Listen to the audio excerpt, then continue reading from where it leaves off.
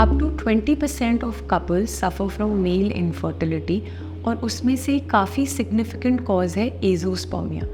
Azoospermia एक ऐसी condition है कि सीमेन तो निकलता है पर उसमें कोई स्पर्म नहीं होता।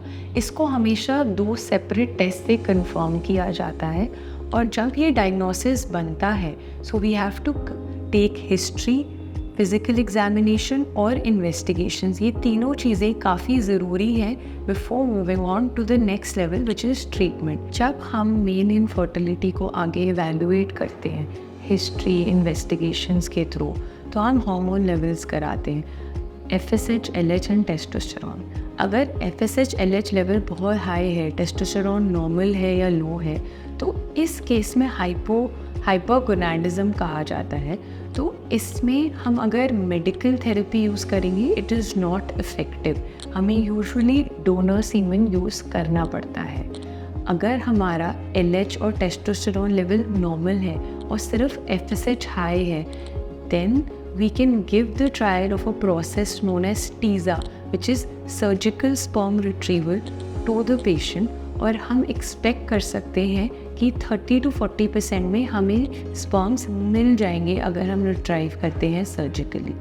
पर अगर ये तीनों हार्मोन्स नॉर्मल आते हैं तो usually when we do a surgical semen retrieval तो हमें मिल जाता है उसके अंदर स्पर्म सैंपल। तो ओनली इन द केसेस जहाँ FSH, LH काफ़ी हाई है, टेस्टोस्टेरोन कम या नॉर्मल है, इज़ द मेन रीज़न जब हमें डोनर सैंपल यूज़ करना रहता है। Before moving to a donor sample, proper evaluation with history and physical testing is very important. History of any steroid intake, radiotherapy, chemotherapy, brain tumors, endocrine disorders like high prolactin, diabetes, कोई history रही हो of testicular torsion या tumour, कोई injury to the testicular area, ये सारी चीज़ें जानना बहुत ज़रूरी है। इन्फेक्टिव कॉजेज़ भी रहते हैं, जैसे बचपन में मम्प्स हुआ हो तो, अगर किसी को सेकेंडरी इनफर्टिलिटी है, जैसे कि एक बच्चे के बाद हस्बैंड ने डिसाइड किया कि वो वैसेक्टमी कराएंगे, तो इसमें भी ऑब्स्ट्रक्टिव एज़ोस्पर्मिया होता है and through surgical semen retrieval हम यूज़ कर सकते हैं उनके स्पर्म्स को। तो ये कुछ रीजंस हैं where we might have to do either TESA और यूज़ अ डोनर सैंपल। तो अपने आप को प्रॉपरली एवेल्युएट करें बिफोर चूजिंग कि आपके लिए राइट ट्रीटमेंट क्या है। मेल इनफर्टिलिटी में कुछ अनप्रूवन थेरेपीज़ भी हैं जो कुछ लिटरेचर कहता है दैट इट माइट वर्क। तो अगर डाइट में कुछ रिकमेंडेशंस हैं हमारी तरफ से, number 1 would be fish oil. अगर आप फ़िश लेते हैं तो please consume it in your diet 3 to 5 times, that is really good for your health. नहीं लेते हैं and if you are comfortable taking fish oil tablets, so that is one of the good things which can help with your semen parameters. Another important thing is antioxidants.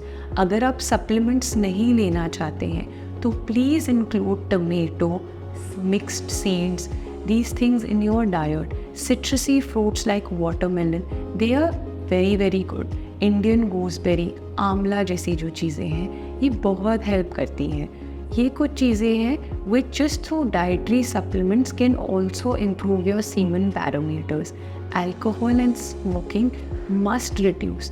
Semen बनने में ना 3 months लगते हैं, तो overnight सिर्फ 10-15 days के लिए cigarettes छोड़ना या अपनी डाइट को मॉडिफाई करना, उसके अंदर ऐसी एंटीऑक्सीडेंट्स वाली चीज़ें लाइक कीवीज़, एवोकाडोज़, खरबूजा एंड आंवला, ये सब इंक्लूड करने से इमिडिएटली कोई इफ़ेक्ट नहीं आता है।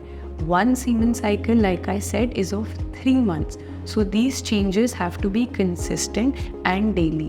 Usually मेल की एज और वेट से इतना फ़र्क नहीं पड़ता है, but some recent studies say that obesity in the male can also hamper the semen motility and morphology. So a man must also always take care of their weight and try and fall in the normal BMI. If you're going to the gym, please avoid any steroid intake because they can hamper your semen morphology significantly. अगर कोई भी और questions हैं आपके तो please feel free to contact our team. Book a free consultation today.